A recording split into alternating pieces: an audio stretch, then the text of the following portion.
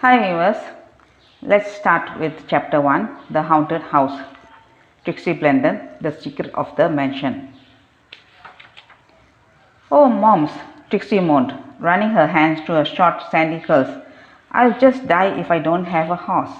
Mrs. Blandon looked up from the row of tomato plants she was transplanting in the fenced-in vegetable garden. Trixie, she said, trying to look stern, if you died as many times as you thought you were going to, you would have to be a cat with 9 lives to be with us for one day. I don't care. Tears of indignation welled up in Trixie's round blue eyes. She scooped up a fat little worm, watched it wriggle in the palm of her hand for a minute, then let it go gently. With Brian and Matt at camp this summer, I'll die of boredom. I mean it, moms. Mrs. Blandon sighed. You declared you'd suffer the same fate if we didn't buy you a bike 3 years ago, remember? She stood up, frowning in the glare of the hot July sun. Now listen, Trixie, once and for all. If you want to buy a horse like the one you fell in love with at the horse show yesterday, you will have to earn the money yourself. You know perfectly well the only reason your brothers could go to a camp is because they are working as junior counselors. Crab Apple Farm, Trixie reflected, was really a grand place to live, and she had always had a lot of fun there. But she did wish there was another girl in the neighborhood. The big estate, known as the Manor House, which bounded the Belden property on the west, had been vacant ever since Trixie could remember. There was no other homes nearby except the crumbling mansion on the eastern hill, where queer old Mr. Frayne lived alone. The 3 estates faced a quiet country road 2 miles from the village of Sleepy Side that nestled among the rolling hills on the east bank of the Hudson River. Trixie's father worked in bank in Sleepy Side, and Trixie and her brothers went to the village school. She had many friends in Sleepy Side, but she rarely saw them except when school was in session. Now that her brothers, Brian and Matt, had gone to camp, there was nobody but her little brother Bobby to play with. Trixie impatiently kicked a hole in the dust of the path with a shoe. It's not fair. You wouldn't let me try for a job as a waitress or anything. Maybe I could have gone too. You are only 13, her mother said patiently. Next year we might consider something of the sort. Dad and I are really sorry, dear, she added gently, that we couldn't afford to send you to camp this year. Trixie suddenly felt ashamed of herself, and she impulsively threw her arms around her mother. Oh, I know, moms, and I'm a pest to nag at you. I won't any more, I promise. You can begin to earn the money for your horse right here, Trixie, said Mrs. Blandon, laughingly. There's plenty to do around here with Brian and Matt away. I'll pay you something every week if you help me with Bobby and the housework. And I know Dad would be glad to increase your allowance if you do some weeding in the garden every day and take over Matt's chore of feeding the chickens and gathering the eggs. Oh, moms, Trixie hugged her mother tighter. Maybe I could earn $5 a week. Do you think I could? Mrs. Blandon nodded and smiled. Something like that, she said. At any rate, if you really work, I should think you could count on having a horse next year. She shaded her eyes with one hand and stared at the car that was just coming into the driveway. Why isn't that Dad now? What could have happened to bring him home from the bank before lunch? Trixie had already darted through the gate and was racing up the path from the vegetable garden, calling over her shoulder.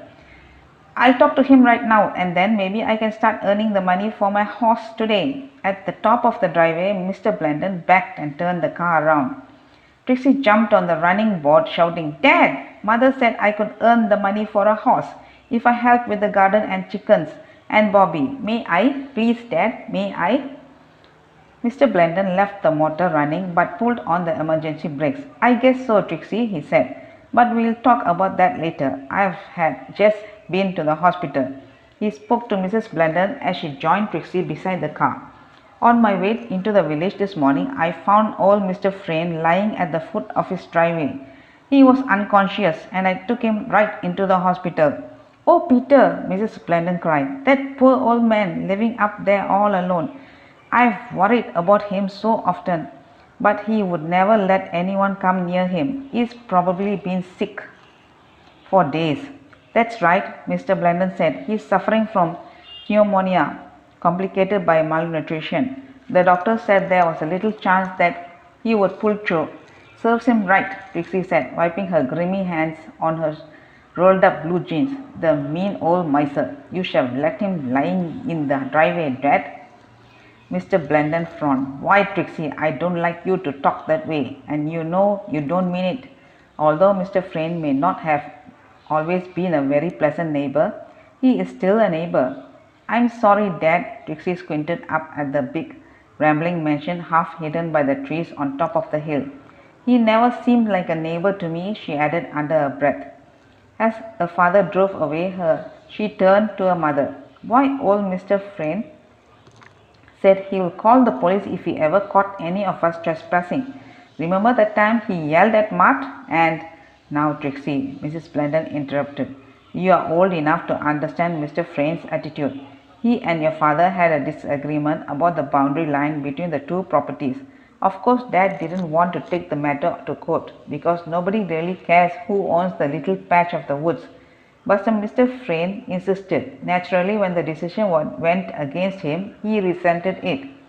Trixie pulled up a piece of grass and chewed it thoughtfully. Well, these game chickens come down on our property whenever they please, and you don't complain. And just last week, Mom's Reddy chased Queenie, the black hen, into Mr. Frayne's property. I tore after him because I didn't want him to hurt Queenie, even though she does belong to the old miser, but I needn't have worried because I guess those game hens can take care of themselves.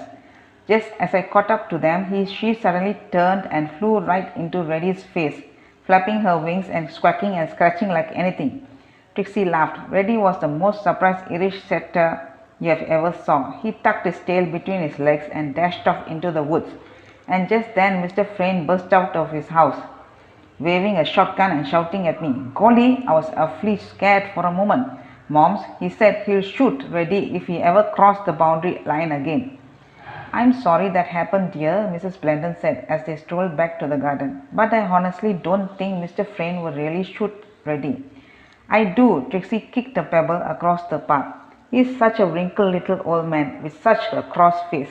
I bet he doesn't weigh much more than Bobby does. And in those funny patched clothes, he looks like a scarecrow. And his land is in terrible state. It's all choked with weeds and vines, and except for a clearing right through the house, which isn't a lawn anymore because the chickens have scratched it bare. He wasn't always a wrinkled old man, Trixie, Mrs. Blandon said quietly. And 10 acres was once as much of a show place as a manor house on the other hill is now. Grief sometimes changes people, you know. Before Mrs. Frayne died, he was a charming old gentleman. And he and his wife were very kind to your father and me when we moved up here from the city.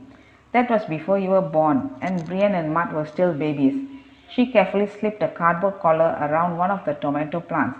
I'll never forget the night Mrs. Frayne died. It was a terrible shock to all of us. What happened, Mother? Trixie knelt in the next row and began thinning the feathery little carrots. All I know is that she was bitten by a copperhead snake. But you don't have to die from a copperhead bite. Dad told us long ago that what we to do in case any of us were bitten. First you put a tourniquet, then you cut into the fang marks with a knife or razor blade, and then you suck out the blood to keep the poison from spreading. Didn't Mr. Frayne know what to do, Moms? Mrs. Blandon pressed the last tomato plant into place with her fingers and stood up. I don't know, Trixie, but he must have been terribly upset. He absolutely adored his wife. She was a very beautiful little old lady, and everyone loved her. She slipped off her gloves and wiped her face with a handkerchief. It happened one evening when they were sitting out in the summer house. The snake must have been curled under Mr. Frayne's chair, and she probably kicked it accidentally.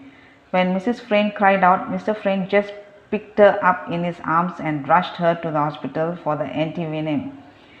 Naturally, he took the shortcut, and right in the middle of that desert upper road, the car broke down. Whether he didn't know what to do or was too excited to do anything, I do not know.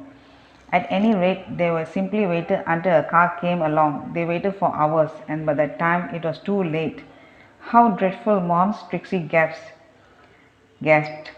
Shading her eyes with her hand, Mrs. Blandon glanced up the old mansion on the eastern hill. Poor Mr. Friend, she murmured. He was never the same again. He left his car right there on the road where it had broken down and never allowed another automobile on the place after that. She added slowly, I wonder what happened to the summer house. You used to be able to see it quite plainly from here. But Trixie was no longer looking at Frayne Mansion. She was looking in the opposite direction. Moms, Mom, she cried. Something's going up at the manor house. See all those vans? Somebody must be moving in. Mrs. Blandon turned and glanced up at the huge estate which bounded Crab Apple Farm on the west. Why, yes, Trixie, she said. I meant to tell you last night. But you were too excited about the horse to listen. A family named Wheeler moved in yesterday. Your father met Mr. Wheeler at the bank. He has a daughter about your age and told Dad he hoped you would run up and see her. Oh, Mother, Trixie interrupted excitedly. Do you see what I see? Horses being led out toward the stables. Couldn't I go up right now and meet Mr. Wheeler's daughter? Mrs. Blandon smiled. Well, I guess it's all right. But what about your job? Trixie saw her little brother racing across the lawn with Reddy at his heels. I'll take Bobby with me, she said quite quickly, so you won't have to worry about him. Come on, Bobby, hurry up. Trixie pulled open the gate so hard she almost tore it off its hinges. Hey, Bobby shouted as he trotted down the path to the gate. Where are you going? Can I go too? Wait for me, Trixie. The middle of the path was rough with partially exposed tree, and Bobby tripped, as he often did, and sprawled in the red-brown dust. Trixie stared at him with disgust. Oh, Bobby, Bobby, she cried. Now you're all dirty. You can't go calling on rich people looking like this. Bobby scrambled at his feet, rubbing the dirt into his moist skin as he tried to brush it off. Hey, he grinned. What rich people? Do I look all right now, Trixie? I wanna go calling on rich people. Trixie turned to her mother in despair. Do I have to take him, Mother? Do I have to? Mrs. Blandon shrugged her shoulders. That depends on whether or not you feel a horse is worth working for. You could, of course, finish thinning the carrots instead, and then there's an hour dusting to do indoors. Oh, all right, Moms. Trixie grabbed Bobby's grimy hand. She was tired of working in the garden, and she despised any kind of housework. But first I'll wash you up, she told the little boy, and put a clean sunsuit on you. And for heaven's sakes, Bobby, when you meet these people, don't tell them I said they were rich, and please try to stop yelling. It's all hey all the time.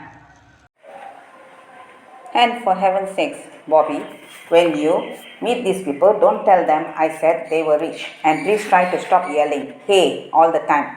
10 minutes later, Trixie and Bobby began the long climb up the manor house driveway with Reddy racing ahead of them. At the turn in the road, a fat little cocker spaniel rushed down to meet them. Right behind the puppy was a tall, thin girl whose pale face was framed in shoulder-length, light brown hair. She cringed desperately, disdainfully, ignoring the black puppy, raced around her in circles, barking furiously. Don't pay any attention to him, Trixie cried quickly, seeing that her new neighbor was really frightened. He's just showing off. He wouldn't hurt a fly. I'm Trixie Belden, she went on hurriedly. My kid brother and I live in the hollow in that little white frame house. Crab Apple Farm, you know? The girl stared solemnly from Trixie to Bobby and back again. How do you do? She said, holding out a slender hand. My name is Honey Wheeler. Trixie shook her hands, feeling rather foolish at such a display of formality. Oh my, she thought, almost sick with disappointment. She's stuck up. Who would go around in a white linen dress and stockings and sandals unless there's a party? Aloud she asked, without much hope, do you ride horseback? Honey smiled then. Oh yes, she said. Do you? Trixie shook her head ruefully. No, but I want to learn like anything. The only thing I have to ride is a babyish old bike. But I'm earning the money now to buy a horse just as soon as I can. A bike? Honey's smile widened, and Trixie had to admit that the girl was really pretty in a pale sort of way. I wish I had a bike, she said wishfully. Mother wouldn't let me have one in the city because of traffic, and the rest of the time I was at boarding school and camp where they are not allowed. Timidly, she moved a step nearer to Trixie. I'll teach you how to ride horseback. she offered. Then perhaps you will show me how to ride a bike? Trixie could hardly believe her ears. That's great, she gasped. Let's start right away. I mean the horseback part. I can teach you how to ride a bike anytime. She turned impatiently to Bobby, who was joyously cuddling the cocker spaniel puppy. You go home now, Bobby, and play in the sandpile. Bobby ignored her and grinned up at Honey. Are you rich? He demanded. Hey, what's it like to be rich? Trixie felt her cheeks flame hotly, but Honey merely smiled and said, It's not nice at all, Bobby. I can't remember when I didn't want to be like other people. She turned shyly towards Trixie and added, When I was little, my nurses never let me play in the dirt the way Bobby is now, and I was never allowed to go any place by myself for fear of being kidnapped. She stopped suddenly as her enormous hazel eyes filled with tears. I hardly ever saw my father and mother until I got sick, and now they have brought this big old place just for me. But what good is it? What good is anything if you are never allowed to have any fun? Trixie could never bear to see anyone unhappy. Gee, she said, putting her arms sympathetically around Honey's thin shoulders. I never thought about it like that. And I always thought it was wonderful to have a lot of money. She stopped as the word money gave her an idea. I tell you what, let's do. She whirled Honey around and pointed across the woods to 10 acres, which she called Miser's Mansion in her own mind. See that big old grey and yellow house on the opposite hill? Honey nodded and dabbed her eyes with a dainty handkerchief. Well, Trixie went on excitedly, a crazy old man lives there all alone. Dad took him to hospital this morning. So this is a swell time to explore. I've always wanted to see what inside of the house was like. Trixie Belden, Honey gasped in a shocked voice. You wouldn't really break into someone's house? Of course not, Trixie grinned. Old Mr. Frayne would probably have me thrown in jail if I did such a thing. But there's no reason why we couldn't peek in through a window. You know what they say in the village? She demanded. They say there's $500,000 hidden there. Let's go. I wouldn't go near the creepy old place, Honey said firmly. And I don't believe there's any money hidden there. Why, the place is practically falling to pieces. And it hasn't been painted in ages. How do you know all that? Trixie demanded impatiently. You can't see it that clearly from here. I was there early this morning, Honey explained. Daddy and I went out riding, and we went up to that old driveway thinking it was a road to the woods. We didn't realize that it led to the mansion until we were halfway up. Then, of course, we knew we were trespassing. So we turned around. It looked like a deserted house to me, and I was glad to get away from there. Nobody would want to live in such a horrible rundown place. Trixie bent down and fumbled with her shoelace to hide the disappointment on her face. She's worse than I thought she was at first, she thought. A silly old fraidy cat. Aloud, she said coldly, Of course, a lot of people think old Mr. Frayne went crazy after his wife died, and he lost all his money. That's why the place is run down. Anyway, I'm going to look around there while Mr. Frayne is in the hospital. You don't have to come if you don't want to. Are you sure he's in the hospital? Honey asked suddenly. Trixie straightened up. Of course, Dad took him in early this morning. He's not expected to live. That's funny, Honey said slowly. We were there about an hour ago. As we rode down the hill, I got the creepy feeling you get when you know somebody you can't see is watching you. I looked back over my shoulder quickly and I saw a face at one of the windows. She shivered slightly. I bet that house is haunted. Chapter 1 has finished. Let's see chapter 2 next time.